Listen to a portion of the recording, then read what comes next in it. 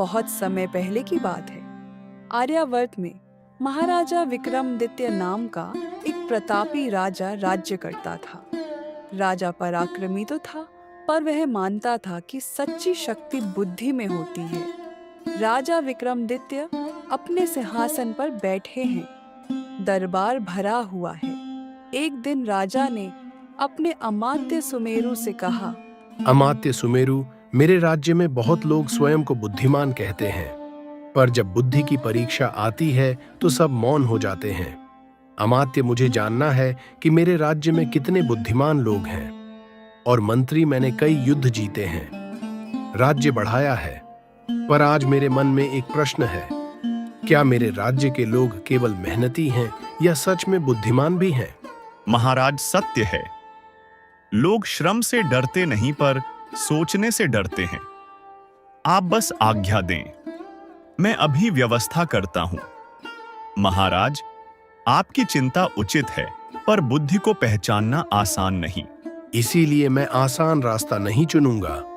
मैं ऐसे प्रश्न पूछूंगा जिनका उत्तर केवल याद से नहीं, सोच से निकले। क्यों ना आज तो डर को सामने लाया जाए। मेरे 3 प्रश्न होंगे। मैं 3 विचित्र प्रश्न पूछूंगा। जो सही उत्तर देगा वही सच्चा बुद्धिमान कहलाएगा। जो उत्तर नहीं दे पाएगा उसे काले पानी की सजा दी जाएगी। महाराज, काला पानी? हाँ, ताकि लोग जाने बुद्धि का परिश्रम न करने की कीमत क्या होती है। तो क्या महाराज पूरे राज्य को बुलवाए? नहीं अमात्य, एक गांव काफी है। जहां सच्ची समझ होगी वहां बुद्धि का परिश्रम भी होगा।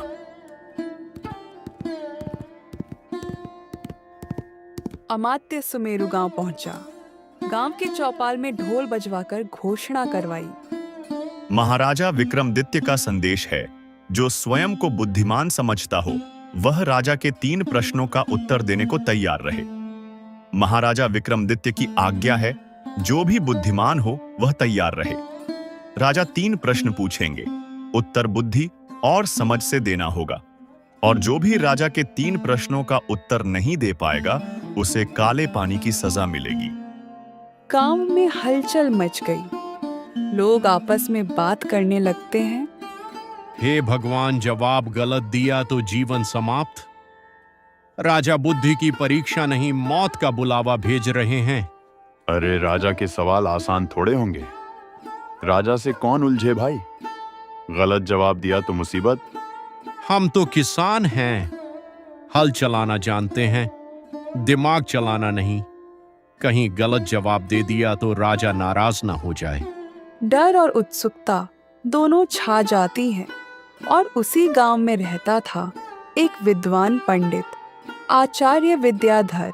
उसकी बेटी अवंतिका बहुत समझदार और तेज बुद्धि वाली थी। अमात्य पंडित के घर पहुंचा।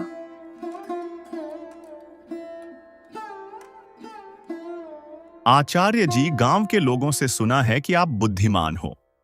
राजा आपसे और गांव वालों से प्रश्न पूछना चाहते हैं। राजा की आज्ञा सिर माथे पर प्रश्न कैसे हैं? विचित्र है आचार्य जी, केवल बुद्धि से हल होंगे। अमात्य के जाते ही पंडित चिंता में पड़ गया और अपनी बेटी से कहता है, बेटी, राजा का संदेश सुना तूने? काले पानी की सजा कोई साधारण दंड नहीं। बेटी, राजा का मन समझना कठिन होता है। राजा के प्रश्न आसान नहीं होंगे। पिताजी, यदि बुद्धिमान भी डर जाए तो मूर्खों का क्या होगा? पिताजी, राजा भी मनुष्य हैं और मनुष्य को सबसे ज्यादा सच्चाई और समझ प्रभावित करती है। प्रश्न कठिन हो तो उत्तर भी सोच समझ कर देना चाहिए। बुद्धि भी परिश्रम मांगती है। पर प्रश्न कठिन होंगे और यदि उत्तर गलत हुआ तो मैं तुझे अनाथ कर जाऊंगा। कठिन प्रश्न ही तो बुद्धि को परिश्रम करने का अवसर देते हैं। अगर आप नहीं गए तो बुद्धि हार जाएगी पिताजी। बेटी, मैं डरता हूँ। डर से बड़ा कर्तव्य होता है। आप जाएंगे और यदि उत्तर ना भी सूझे तो समय मांगिएगा। अगले दिन पंडित कांपते कदमों से दरबार में प्रवेश करते हैं।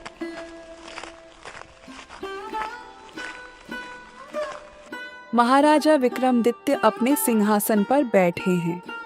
दरबार भरा हुआ है। आचार्य विद्याधर, तुम बुद्धिमान कहलाते हो। तैयार हो? महाराज, मैं प्रयास करूंगा।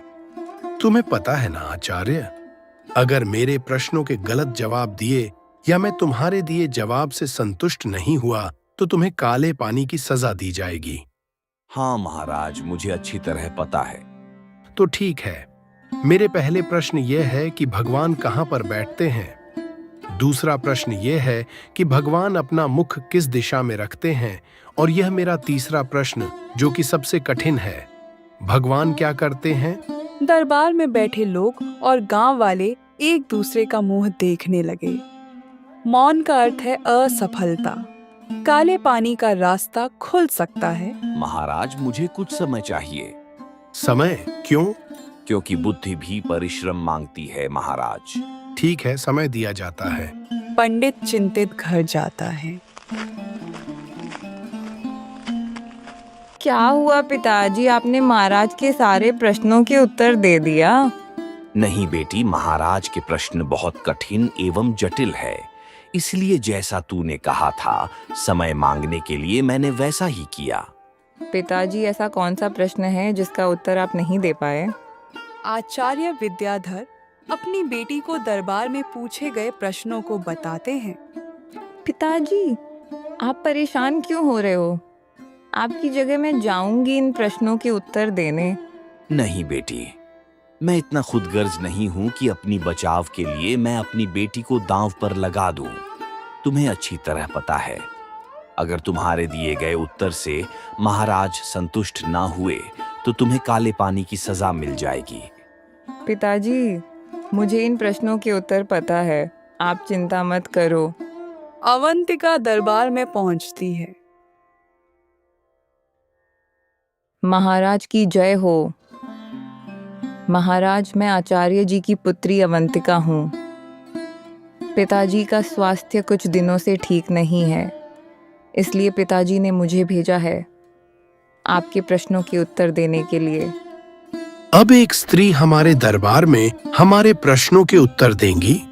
महाराज, जिस बुद्धि की परीक्षा आप ले रहे हैं वो स्त्री पुरुष में भेद नहीं करती। तुम अपने पिता की जगह आई हो, परंतु तुम्हें यह पता है कि यदि तुम्हारे प्रश्नों से मैं संतुष्ट नहीं हुआ तो तुम्हें कड़ी सजा दी जाएगी।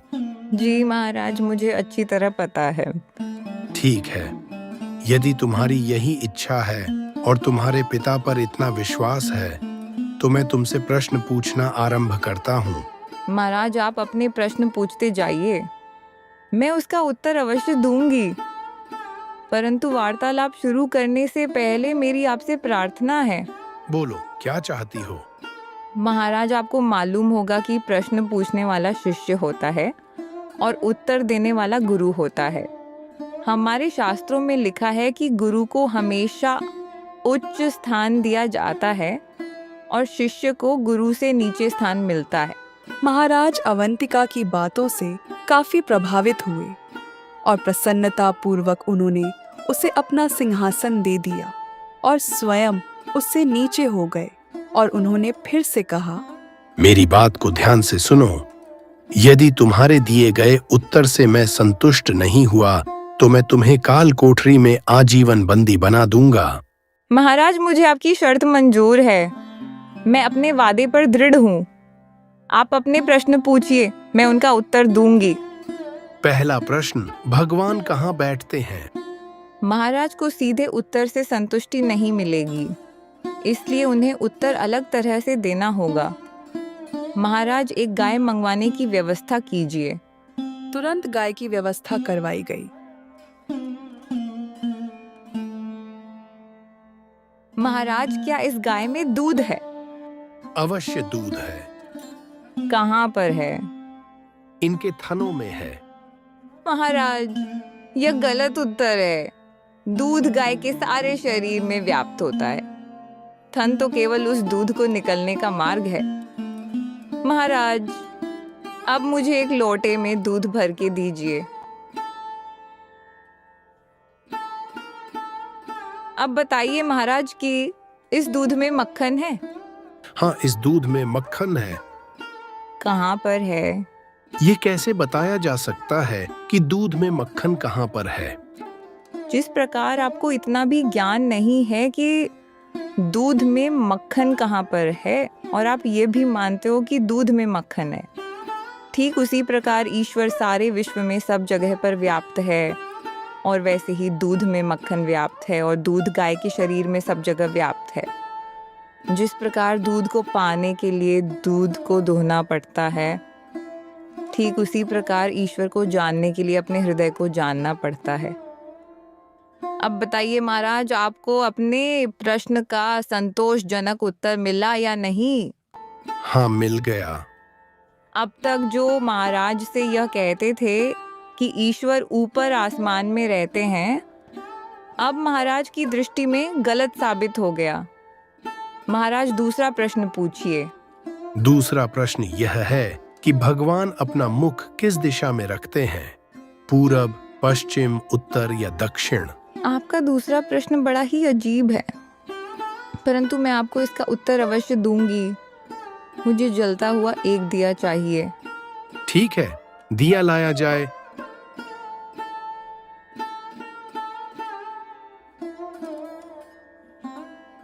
महाराज अब बताइए कि इस जलते हुए दिए की रोशनी किस दिशा में है? पूर्व में या पश्चिम में, उत्तर में या दक्षिण में? यह कैसे प्रश्न है? इसकी रोशनी तो चारों दिशा की ओर है। महाराज, जिस तरह इस दिए का प्रकाश हर तरफ है, ठीक उसी प्रकार ईश्वर भी सभी दिशाओं को समान रूप से देखते हैं। अवंतिका के उत्तर सुनकर महाराज काफी खुश हुए और उसके दिए उत्तर से महाराज प्रभावित भी हो रहे थे। अब उन्होंने तीसरा प्रश्न पूछा। बताओ भगवान क्या करते हैं? तभी आचार्य विद्याधर दरबार में आते हैं। आचार्य विद्याधर ने जब अपनी पुत्री को महाराज के सिंहासन पर बैठे देखा तो वह आश्चर्यचकित हो गए। आइए आचार्य जी, आसन ग्रहण कीजिए। फिर अवंतिका अपने पिता को उस स्थान पर बैठने को कहती हैं जहां वह खुद बैठी थी, यानी महाराज के सिंहासन पर, और महाराज को उस स्थान पर बैठने को कहा जो आचार्य विद्याधर के लिए था। इसके बाद अवंतिका बोली, महाराज, भगवान यही करता है, निरंतर परिवर्तन करता है। वो राजा को रंक बना देता है और रंक को राजा। संसार में सदा यही होता है। धन होता है तो कभी पतन होता है। व्यक्ति को आदर और सम्मान मिलता है और कभी किसी को तिरस्कार। आशा करती हूँ कि आपको मेरे सारे प्रश्नों से संतुष्टि मिली होगी। हाँ अवंतिका, आज मुझे उत्तर नहीं बल्कि बुद्धि का परिश्रम देखने को मिला। बेटा, मैं तुम्हारे सभी प्रश्नों से संतुष्ट हुआ हूँ और मुझे आचार्य विद्याधर के ज्ञान पर कोई संदेह नहीं है। मैं आज से आचार्य विद्याधर को अपने राज दरबार में जगह देता हूँ और उन्हें उच्च पद प्रदान करता हूँ। महाराज की जय हो, महाराज की जय हो। क्षमा चाहता हूँ महाराज, परंतु मैं आपके दिए सम्मान के लायक नहीं हूँ। आप ऐसा क्यों कह रहे हो आचार्य जी? आपके ज्ञान को तो आज मैंने भी मान लिया और यह आपका पुरस्कार नहीं है। यह हमारे राज्य के लिए भी अच्छा होगा। क्षमा करें महाराज, मेरी पुत्री ने जो भी उत्तर दिए वह सब उसके स्वयं के हैं। मैं अपनी बेटी के ज्ञान का फल खुद नहीं ले सकता। हम आपकी सत्यता और हिम्मत की दाद देते हैं, क्योंकि यह पिता के लिए अपनी पुत्री को अपने से ऊपर रखना बहुत हिम्मत की बात होती है। आज आपने साबित कर दिया कि आपका ज्ञान सर्वोपरि है। हम आपकी बेटी को अपने राज दरबार में जगह देते हैं और उच्च पद प्रदान करते हैं और आचार्य विद्याधर जी को अपने राज्य का राजगुरु घोषित करते हैं। इस राज्य की सच्ची संपत्ति ऐसे ही लोग हैं। महाराज अवंतिका के उत्तर से इतना प्रसन्न हुए कि उसे राज दरबार में सम्मिलित कर दिया और आचार्य विद्याधर को राजगुरु घोषित कर दिया। अब महाराज का मन शांत और प्रसन्न था। जहाँ भय समाप्त होता है वहीं बुद्धि जन्म लेती है। जो बुद्धि से परिश्रम करता है वही सच्चा विजेता होता है और तलवार नहीं, बुद्धि युद्ध जीतती है।